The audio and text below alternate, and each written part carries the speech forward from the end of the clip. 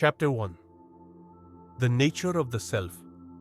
The essence of Sri Ramana's teachings is conveyed in his frequent assertions that there is a single immanent reality, directly experienced by everyone, which is simultaneously the source, the substance, and the real nature of everything that exists.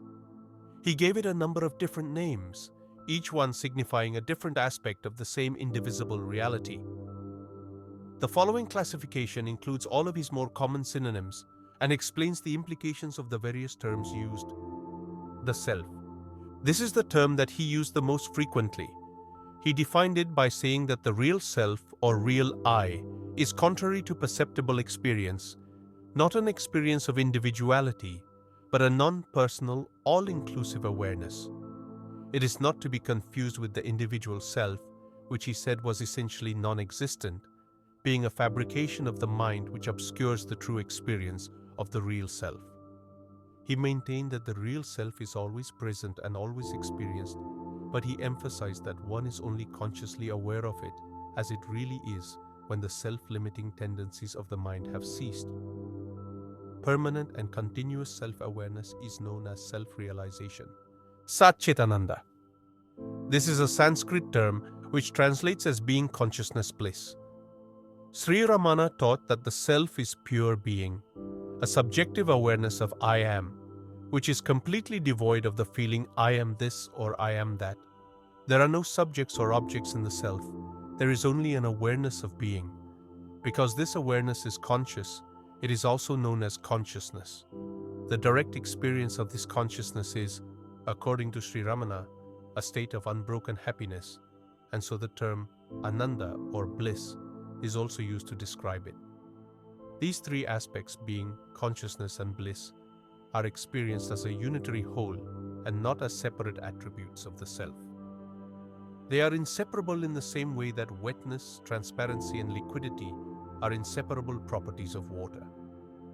God? Sri Ramana maintained that the universe is sustained by the power of the self. Since theists normally attribute this power to God, he often used the word God as a synonym for the self. He also used the words Brahman, the supreme being of Hinduism, and Siva, a Hindu name for God, in the same way. Sri Ramana's God is not a personal God. He is the formless being which sustains the universe. He is not the creator of the universe. The universe is merely a manifestation of his inherent power. He is inseparable from it, but he is not affected by its appearance or its disappearance. The heart. Sri Ramana frequently used the Sanskrit word Hridayam when he was talking about the self. It is usually translated as the heart, but a more literal translation would be, "This is the center." In using this particular term, he was not implying that there was a particular location or center for the self. He was merely indicating that the self was the source from which all appearances manifested. Jnana. The experience of the self is sometimes called jnana or knowledge.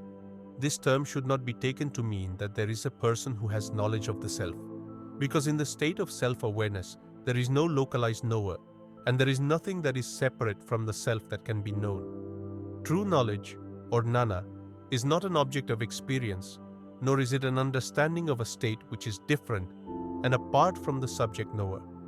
It is a direct and knowing awareness of the one reality in which subjects and objects have ceased to exist. One who is established in this state is known as a Jnani. Turya and Turyatita. Hindu philosophy postulates three alternating levels of relative consciousness: waking, dream, and deep sleep. Sri Ramana stated that the self was the underlying reality which supported the appearance of the other three temporary states. Because of this, he sometimes called the self Turya Avastha, or the fourth state.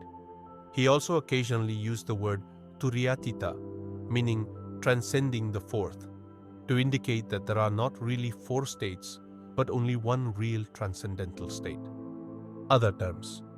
Three other terms for the self are worth noting. Sri Ramana often emphasized that the self was one's real and natural state of being, and for this reason, he occasionally employed the terms Sahaja Sthiti, meaning the natural state, and Swarupa, meaning real form or real nature. He also used the word silence to indicate that the self was a silent, thought-free state of undisturbed peace and total stillness. Now let's start conversation. What is reality? Reality must be always real. It is not with forms and names. That which underlies these is the reality. It underlies limitations, being itself limitless.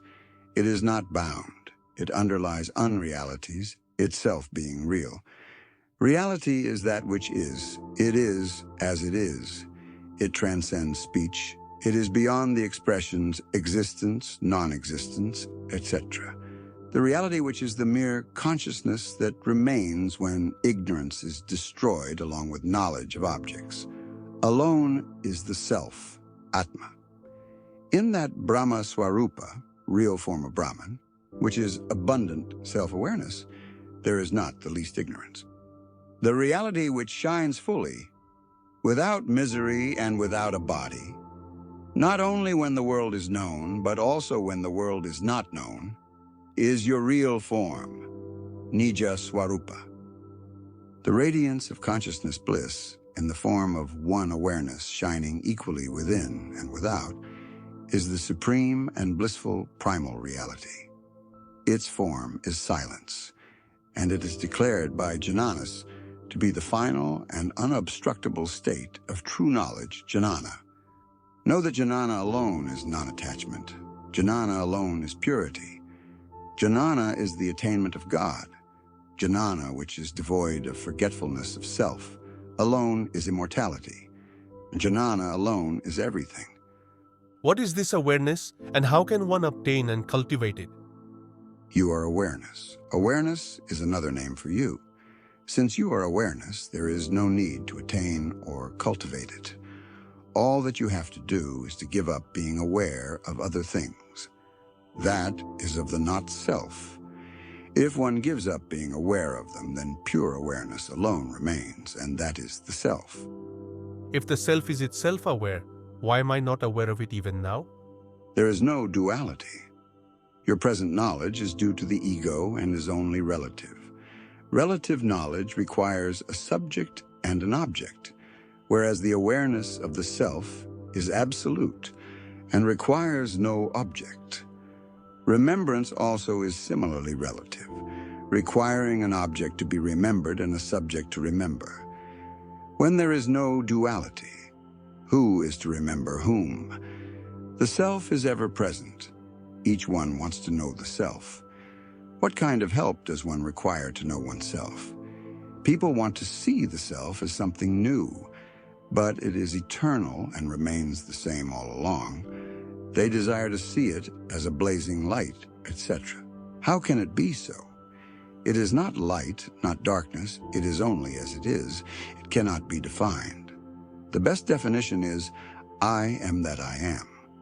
The Srutis, scriptures, speak of the self as being the size of one's thumb, the tip of the hair, an electric spark, vast, subtler than the subtlest, etc. They have no foundation, in fact. It is only being, but different from the real and the unreal.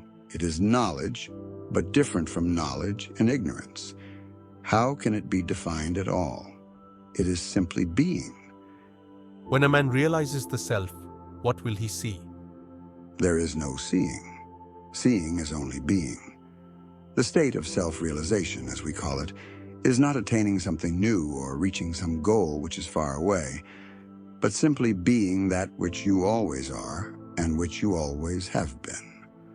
All that is needed is that you give up your realization of the not true as true. All of us are regarding as real that which is not real. We have only to give up this practice on our part. Then we shall realize the self as the self. In other words, be the self. At one stage, you will laugh at yourself for trying to discover the self, which is so self-evident. So, what can we say to this question? That stage transcends the seer and the seen. There is no seer there to see anything. The seer who is seeing all this now ceases to exist, and the self alone remains. How to know this by direct experience? If we talk of knowing the self, there must be two selves. One a knowing self, another the self which is known, and the process of knowing. The state we call realization simply being oneself, not knowing anything or becoming anything. If one has realized, one is that which alone is and which alone has always been. One cannot describe that state. One can only be that. Of course, we loosely talk of self-realization, for want of a better term. How to realize or make real that which alone is real. You sometimes say the self is silence. Why is this? For those who live in self as the beauty devoid of thought, there is nothing which should be thought of. That which should be adhered to is only the experience of silence, because in that supreme state, nothing exists to be attained other than oneself. What is Mauna silence? That state which transcends speech and thought is Mauna. That which is Mauna. How can Mauna be explained in words? Sages say that the state in which the thought, I, the ego, does not rise even in the least, alone is self, Swarupa, which is silence, Mauna. That silent self alone is God. Self alone is the jiva, individual soul. Self alone is this ancient world. All other knowledges are only petty and trivial knowledges. The experience of silence alone is the real and perfect knowledge. Know that the many objective differences are not real, but are mere superimpositions on self, which is the form of true knowledge. As the bodies and the selves animating them are everywhere actually observed to be innumerable, how can it be said that the self The is idea only I one? am the body is accepted. The selves are multiple. The state in which this idea vanishes is the self, since in that state there are no other objects. It is for this reason that the self is regarded as one only. Since the body itself does not exist in the natural outlook of the real self, but only in the extroverted outlook of the mind, which is deluded by the power of illusion, to call self, the space of consciousness, Dhi, the possessor of the body, is wrong. The world does not exist without the body never exists without the mind never exists without consciousness, and consciousness never exists without the reality. For the wise one who has known self by diving within himself, there is nothing other than self to be known. Why?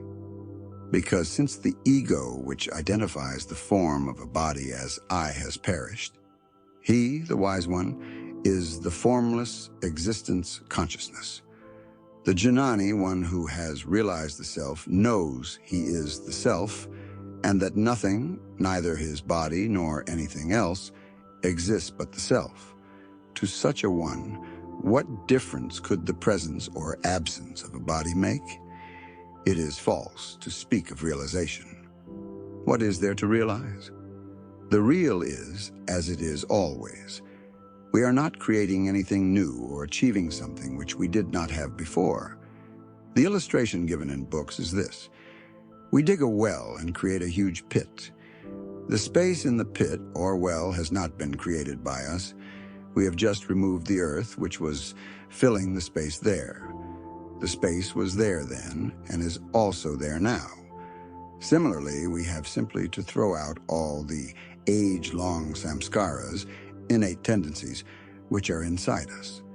When all of them have been given up, the self will shine alone. But how to do this and attain liberation? Liberation is our very nature. We are that. The very fact that we wish for liberation shows that freedom from all bondage is our real nature. It is not to be freshly acquired. All that is necessary is to get rid of the false notion that we are bound. When we achieve that, there will be no desire or thought of any sort. So long as one desires liberation, so long, you may take it, one is in bondage. For one who has realized his self, it is said that he will not have the three states of wakefulness, dream, and deep sleep. Is that a fact? What makes you say that they do not have the three states? In saying, I had a dream, I was in deep sleep, I am awake. You must admit that you were there in all the three states. That makes it clear that you were there all the time. If you remain as you are now, you are in the wakeful state. This becomes hidden in the dream state. And the dream state disappears when you are in deep sleep. You were there then. You are there now, and you are there at all times. The three states come and go, but you are always there. It is like a cinema. The screen is always there, but several types of pictures appear on the screen and then disappear. Nothing sticks to the screen. It remains a screen. Similarly, you remain your own self in all the three states.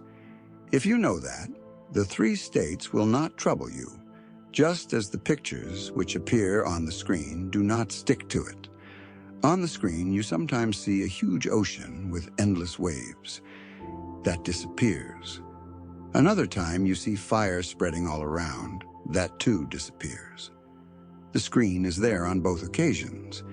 Did the screen get wet with the water, or did it get burned by the fire?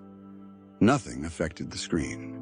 In the same way, the things that happen during the wakeful, dream, and sleep states do not affect you at all. You remain your own self. Does that mean that although people have all three states, wakefulness, dream, and deep sleep, these do not affect them? Yes, that is it.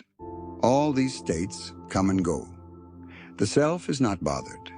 It has only one state. Does that mean that such a person will be in this world merely as a witness? That is so. For this very thing, Vidyaranya, in the 10th chapter of the Panchadasi, gives as example the light that is kept on the stage of a theater. When a drama is being played, the light is there, which illuminates without any distinction all the actors, whether they be kings or servants or dancers, and also all the audience. That light will be there before the drama begins, during the performance, and also after the performance is over. Similarly, the light within, that is the self, gives light to the ego, the intellect, the memory, and the mind without itself being subject to processes of growth and decay. Although during deep sleep and other states there is no feeling of the ego, that self remains attributeless and continues to shine of itself.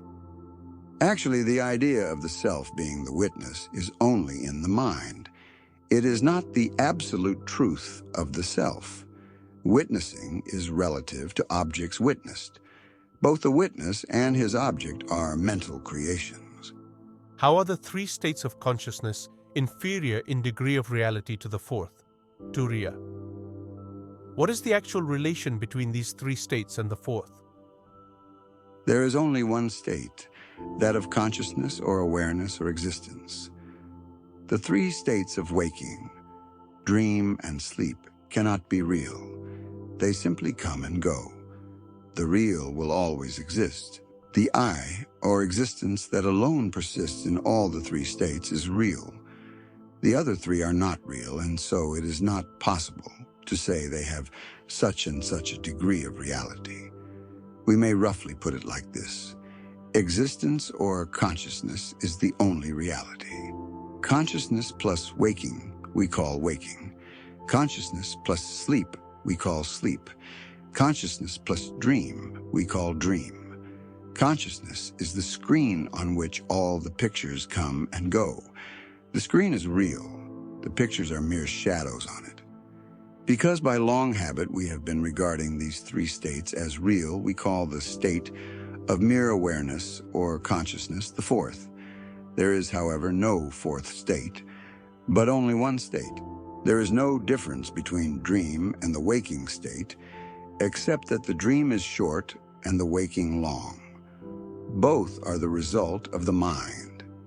Because the waking state is long, we imagine that it is our real state. But as a matter of fact, our real state is Turya, or the fourth state, which is always as it is, and knows nothing of the three states of waking, dream, or sleep. Because we call these three avasthas states, we call the fourth state also Turya Avastha. But it is not an avastha, but the real and natural state of the self. When this is realized, we know it is not a Turya or a fourth state, for a fourth state is only relative, but Turayatita, the transcendent state. But why should these three states come and go on the real state or the screen of the self? Who puts this question? Does the self say these states come and go? It is the seer who says these come and go. The seer and the seen together constitute the mind. See if there is such a thing as the mind. Then the mind merges in the self, and there is neither the seer nor the seen. So the real answer to your question is, they neither come nor go. The self alone remains as it ever is. The three states owe their existence to non-inquiry, and inquiry puts an end to them. However much one may explain, the fact will not become clear till one attains self-realization and wonders how one was blind to the self-evident and only existed so long. What is the difference between the mind and the self? There is no difference. The mind turned inwards is the self. Turned outwards, it becomes the ego and all the world. Cotton made into various clothes we call by various names. Gold made into various ornaments we call by various names. But all the clothes are cotton and all the ornaments gold. The one is real, the many are mere names and forms. But the mind does not exist apart from the self, that is, it has no independent existence. The self exists without the mind, never the mind without the self. Brahman is said to be Sat-Chit-Ananda. What does that mean? Yes, that is so. That which is only Sat. That is called Brahman. The luster of Sat is Chit, and its nature is Ananda. These are not different from Sat. All the three together are known as Sat-Chit-Ananda. As the self is existence Sat and consciousness Chit, what is the reason for describing it as different from the existent and the non-existent, the sentient and the insentient?